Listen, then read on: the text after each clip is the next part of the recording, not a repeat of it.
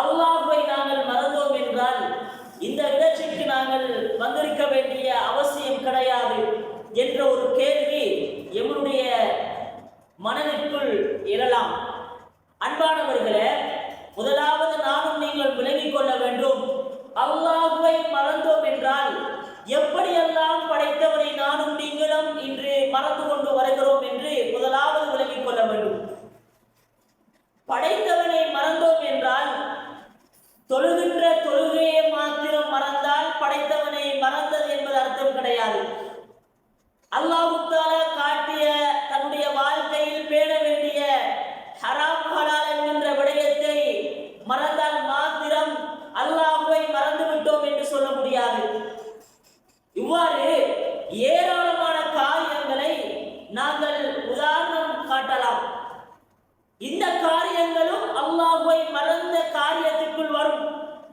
ஒரு மனிதர் தொழவில்லை என்றால், ஒரு மனிதர் நோன்பு நோக்கவில்லை என்றால், ஒரு மனிதர் குர்ஆனை எடுத்து ஓதவில்லை என்றால், ஒரு மனிதர் ஜும்மாவுடைய காலத்திற்கு நேர காலத்தோடு வரவில்லை என்றால், தான தர்மங்களை கொடுத்து உதவவில்லை என்றால், ஏழை எளியவர்களை உபசரிக்கவில்லை என்றால், நல்ல மனதோடு நல்ல வார்த்தையோடு பிற உள்ளங்களோடு பழகவில்லை என்றால், இது எல்லாம் அல்லாஹ்வை மறந்து விட்டோம் என்ற காரியத்திற்குள் வருகின்றது. ஏன் தெரியுமா? இந்த காரியங்கள், இந்த செயற்பாடுகள், இந்த வணக்க வழிபாடுகள், இது எல்லாவற்றையும் காட்டி தந்தது யார்? என்னை தொழ சொன்னது யார்? என்னை நோன்பு பிடிக்க சொன்னது யார்? அல்லாஹ்வுடைய வேதத்தை ஓத சொன்னது யார்? ஏழை எளியவர்களுக்கு தர்மத்தை கொடுத்து உதவுங்கள் என்று சொன்னது யார்? ஜும்மாவுடைய கடமை ஒன்று இருக்கிறது, அதை நேர காலத்தோடு நிறைவேற்றுங்கள் என்று சொன்னது யார்? இது எல்லாவற்றையும் பட்டியலிட்டு பார்த்தால் எங்கே தெரியுமா பேச்சு முடிகிறது? இதனுடைய தொடர் அல்லாஹ்வோடு முடிகிறது. அல்லாஹ்வோடு முடிகிறது.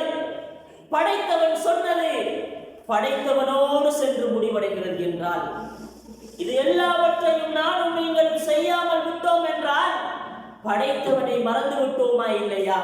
அன்பானவர்களே, முதலாவது கேள்விக்கு எங்களிடம் பதில் இருக்கிறது.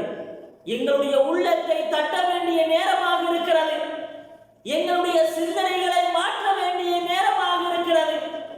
எங்களுடைய சிந்தனைகளை மாற்றி அல்லாஹ்வின் பக்கம் நாங்கள் திரும்ப வேண்டிய நேரமாக இருக்கின்றது.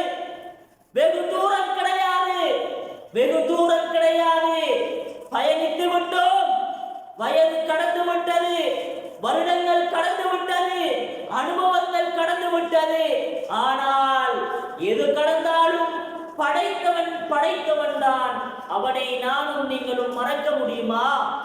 அவனை நானும் நீங்களும் துதி செய்யாமல் இருக்க முடியுமா? நானும் நீங்களும் அவனை நினைத்து பார்க்காமல் இருக்க முடியுமா என்ற கேள்வி திரும்ப திரும்ப திரும்ப எங்களுடைய சிந்தனைக்கு வந்து கொண்டே இருக்க வேண்டும். அன்பானவர்களே, அல்லாஹ் என்ன விடயத்தை தெரியுமா சொல்லுகிறான்?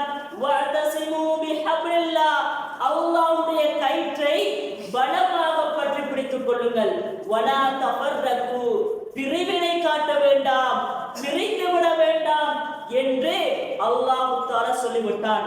அன்பானவர்களே, இது அல்லாஹ்வுடைய கயிறு என்று வருகிற போது, அல்லாஹ்வை பின்பற்ற வேண்டும் என்று வருகிற போது, அல்லாஹ் சொன்ன எல்லா விடயங்களும் வருமா இல்லையா?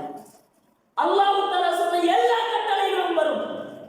இதுதான் வஅதஸிமு பிஹப்லில்லாஹ், அல்லாஹ்வின் கயிற்றை பலமாக பற்றி பிடித்துக் கொள்ளுங்கள்.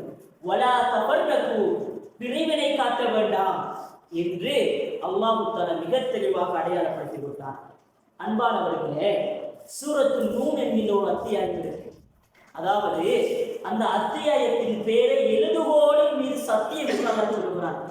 இதுல ஒரு சம்பவத்தை எங்களுக்கு படிப்பனையாக சொல்லுகிறான்.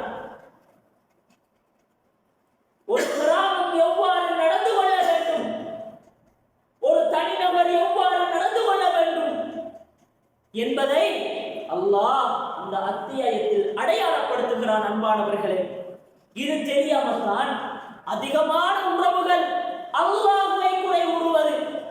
எவ்வாறு? அல்லாஹ் மழையை தொடர்ந்து தருகிறான். அல்லாஹ் மழையை தொடர்ந்து